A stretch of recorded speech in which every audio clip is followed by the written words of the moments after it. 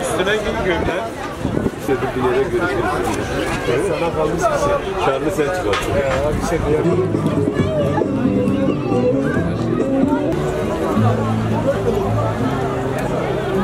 Yok.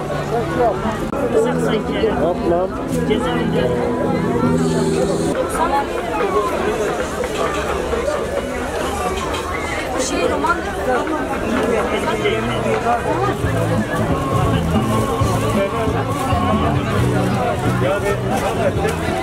Öncelikle bu faaliyeti yapan Umut Kervanı Vakfı'na teşekkür ediyoruz.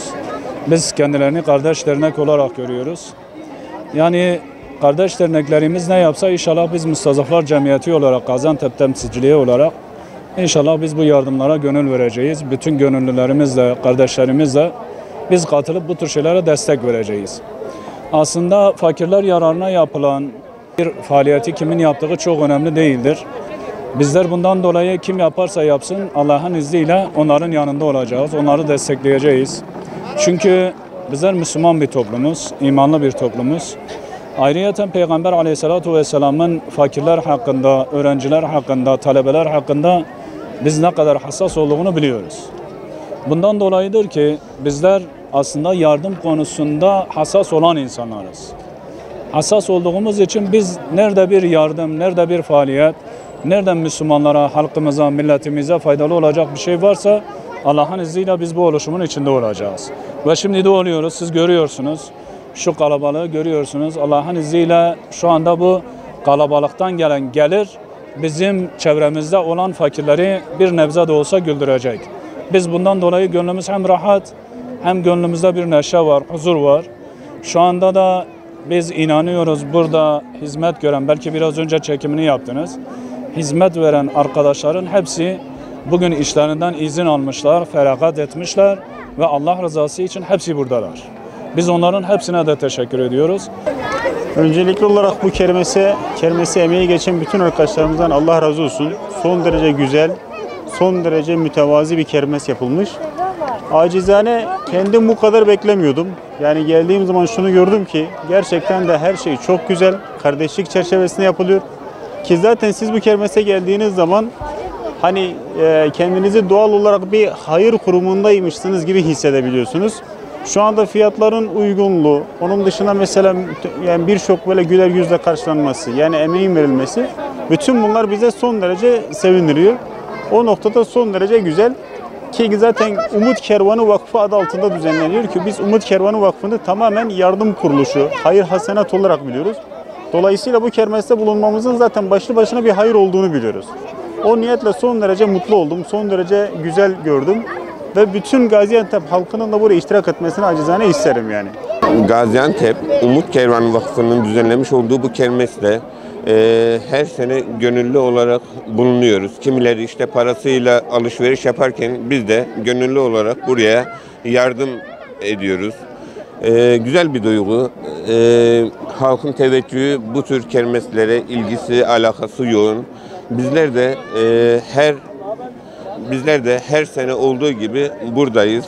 Halkımızla iç içeyiz. Gönüllü olarak yardımda bulunuyoruz bu Umut Kervanı Vakfı'na. Her sene olmasını temenni ediyoruz bu vakfın. Allah hayırlarını kabul etsin. Gerçekten Umut Kervanı Vakfı yani Gaziantep'te gözle görülebilen çok etkili yardımları oluyor. Açıkçası uzun zamandır tabii hasret kaldığımız bir atmosfer. Çünkü pandemiden dolayı burada böyle bir etkinlik yapılmıyordu. Dört gözle beklediğimiz bir atmosfer. Açıkçası yani burada gördüğünüz gibi bu insanların hepsi bir hayra tabiri caizse vesile olmak için buradalar. Buradaki bu hayra diğer bütün Müslümanlar, bütün insanlara da davet ediyorum. Gaziantep Umut Kervanı'na katıldık. Onların düzenlediği yardım kermesi olarak biz de onlara katılım sağlıyoruz. Onlar için yardımda bulunuyoruz, onlara yardım ediyoruz. İşte bütün arkadaşlar burada hep beraber yardımlarımıza devam ediyoruz. Kermesimiz bütün coşkusuyla devam ediyor. Çok iyi. Sabahtan beri buradayız. Herkes katılıyor. Çoluğuyla, çocuğuyla, hanımıyla, erkeğiyle hepsi çalışma içerisinde. Hepsi yani iyilik konusunda maşallah seferber olmuş. Umut Kervanı gerçekten çok güzel hayırlarda bulundu. Yani gerçekten bu coşku, bu heyecan eğer ki Allah rızası için olmamış olsaydı gerçekten bizler sabahtan akşama kadar burada durmazdık. Yani öyle bir güzeldir ki gerçekten insan istiyor ki evini, her şeyini bıraksın. Burada Allah rızası için çalışsın. Yetimlere yardım etsin, öksüzlere yardım etsin. Gerçekten çok güzel bir duygudur ve biz herkese tavsiye ediyoruz bu güzel duyguyu, bu güzel hayra herkesi çağırıyoruz. Umut Kervanı'nın Yetimler Vakfı'nın yardım amaçlı düzenlediği bu etkinlikte hakikaten bugünkü sabahtan beri yaşadığımız coşku inanılmaz farklı bir duygu var. Hem coşkuyla satıyoruz, alanlar coşkuyla alıyor. Herkes Allah rızası için bir şeyler yapmaya çalışıyor. Öyle bir çarşı ki alan da hayırda, satan da hayırda, her şekilde herkes güzel işler yapıyor. Ve hakikaten inanılmaz bir coşku var. Sabahtan beridir yaptığımız şekilde, görüldüğü şekilde. Yani bu heyecanın tadına varılmaz yaşamadıkça.